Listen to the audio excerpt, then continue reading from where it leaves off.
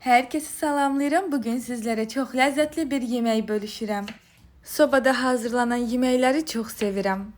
Çünkü hem hazırlanması rahatdır, hem de çok lezzetli olur.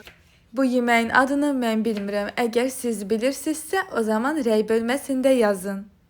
İndi keçək yemeğin hazırlanma qaydasına.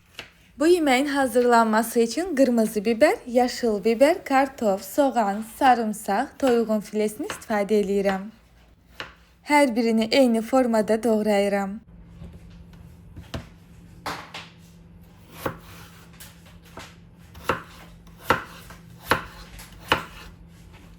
Soğanı da doğrayarken çalışın xırda doğramayın. Mən burada tərəvəzləri doğrayarkən sizdən kanalıma abunə olmağı istəyirəm. Kanalıma abunə olub mənə dəstək olsanız çox sevinərəm. Videonu izlədikdən sonra bəyənib rey yazmağı unutmayın. Hər birinizin gözəl reylərini və fikirlərini gözləyirəm. Siz mənə və kanalıma dəstək olduqca mən tez-tez videoları çəkib paylaşacağam.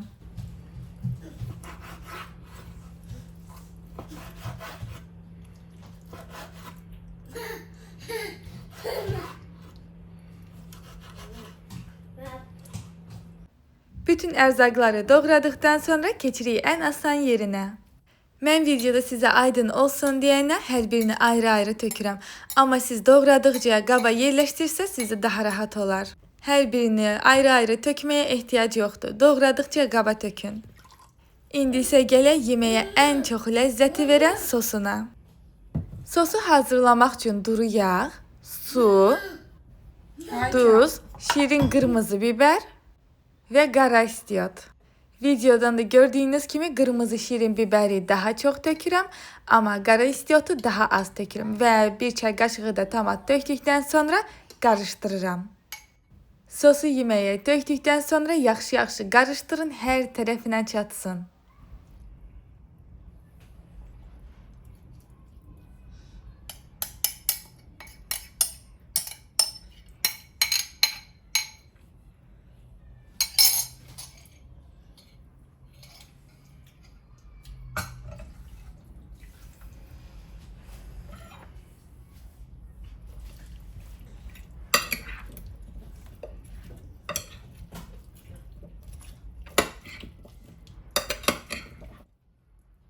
Bu yemeğin o kadar lezzetli sosu alınır ki insan çöreğini batıra batıra yemek istəyir. Çöreği yemediğime göre evde de çöreği yok idi. Ona göre videoda çöreği batıra batıra çekebilmedim. O kadar lezzetli sosu var ki siz mütləq çöreği alın, batırıp yiyin. Bu yemeğin yanında geçen isti zavod çöreği çok güzel gider.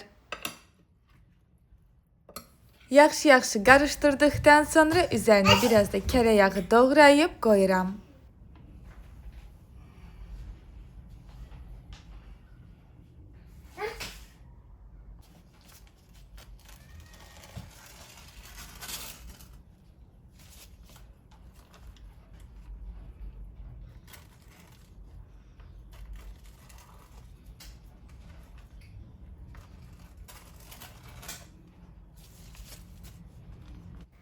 Yağlı kağızla üzerine örttükten sonra sobaya gönderirim.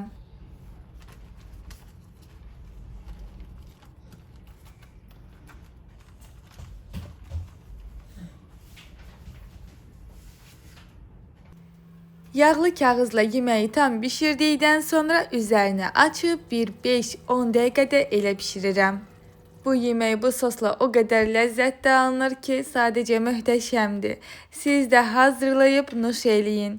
Videonu sona kadar izlediğiniz için teşekkürler.